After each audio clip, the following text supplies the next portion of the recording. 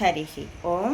ప్రియాత్మస్వరూపులారా, నేను ఇప్పుడు మీతో 338వ మట్టి దీపపు వెలుగుని పంచుకోవాలనుకుంటున్నానండి. కొనసాగిస్తున్నాను. సప్తకోటి మంత్రాలున్నాయి. సర్వేషాం మంత్రానాం ప్రాణ ఏవ ప్రణవ అంటారు పెద్దలు. అంటే అన్ని మంత్రాలకు ప్రాణం ప్రణవం.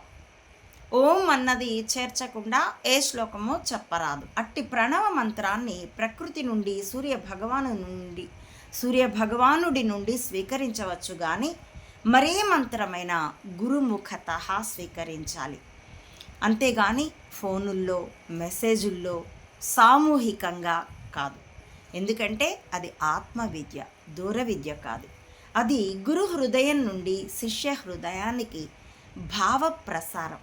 అందుకే తద్విద్ధి ప్రణిపాతేన పరిప్రశ్నేన సేవయ ఉపదేక్ష్యంతి తే జ్ఞానం జ్ఞానిన తత్వదర్శన అన్నారు.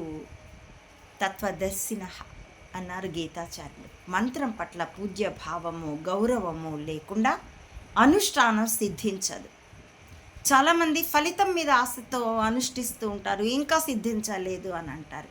అక్కడ ఏకాగ్రత అవసరం, నిష్కామంగా జపించడం అవసరం, వినమ్రతతో సాధన చేయమంటుంది హిందూ జీవన విధానం.